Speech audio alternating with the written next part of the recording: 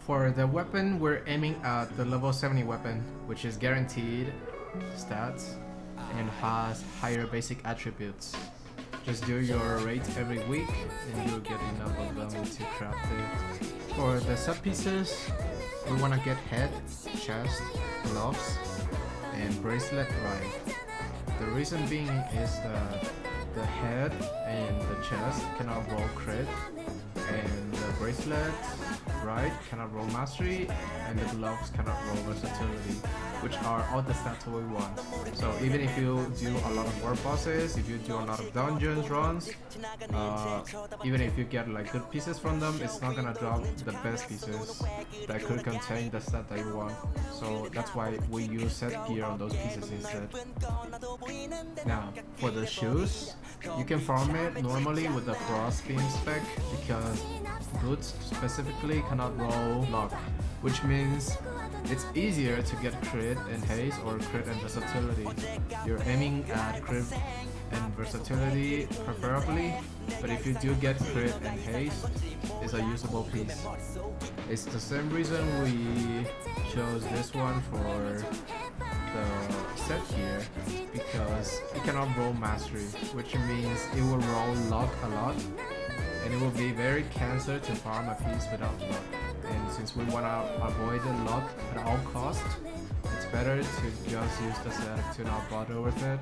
Whereas on the left, it can roll crit and versatility, and that's all the stats that we want. Since this piece cannot roll haste as well as the charm, both cannot roll haste, this you're aiming at crit and versatility, crit and versatility. Obviously it would take many runs if you're unlucky, so just keep that in mind. Since those cannot roll haste already, it will roll among luck, versatility, crit, and mastery. For the necklace, just the same as shoes, you can farm normally with the Frostbeam to get crit and versatility. For the ring, since it cannot roll mastery, which means it's more likely to roll luck on the pieces, which will be pretty cancer. Do aim for crit and versatility, but if you happen to get crit and haste on the piece, it's pretty acceptable as well. For the left and the charm, since it cannot roll haste, farm with the Concerto spec, and it would be more likely to roll crit and versatility or crit and mastery. The stat you want to aim for is 35% crit, that's with Moko 5.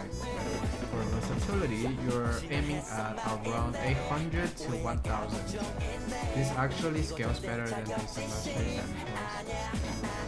And for Haste and Mastery, you still need it because of energy regeneration from Mastery and energy regeneration and a little bit more damage from Haste. Why do you get energy regeneration from haste? It's because of one of the talents. Every 1% haste increase ice energy auto regen speed by 1%. So both of these are helping you with energy regen. Avoid the luck at all costs. Obviously, if you happen to get some, it's unlucky, you should probably farm better gear. For the purple lines on your stats, if you're running my build, which only has 3 frost crystals, the range damage percent, boss damage percent is better than magic attack. But if you're running 6 frost crystal build, which would be this, plus 3 frost crystals, magic attack would be better than range damage and boss damage percent. It's because of how damage formula is calculated. You get way more of this damage percent, which means if you get more, for example, range damage, then it would be diluted even further. So that's why aim attack would be better if you run 6 crystals.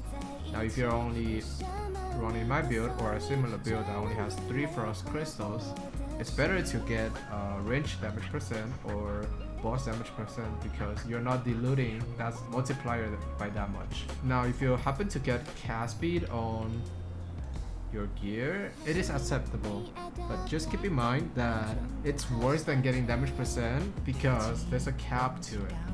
So there's this thing called ice arrows, which everybody runs, by the way. During permafrost, fires 2 additional ice arrows, blah blah blah. So these ice arrows are actually a very sizable amount of your damage. The higher your haste is, the more ice arrows it will fire, but there's a cap to it. For example, at my current gear, if I use permafrost, I'm already at 133% cast speed. The ice arrows, it scales with the permafrost during permafrost, so they can fire waves of ice arrows. The problem with that is that ice arrows has an internal CD of 0.5 seconds. Look at all these ice arrows firing. But since it has an internal CD of 0.5 seconds, it means that during permafrost, no matter how much you want to increase the haste to get more ice arrows, it can only fire so many. The max currently is 26 with the 0.5 second internal cooldown CD. Why is it not 30? If you do the math, permafrost, oh, it lasts for a certain amount of time, I can do 30 in that time frame. But that's not the case because of the 0.5 second internal CD plus there's a wind up time which you have to channel to actually start the beam. If you click it, it's not instant.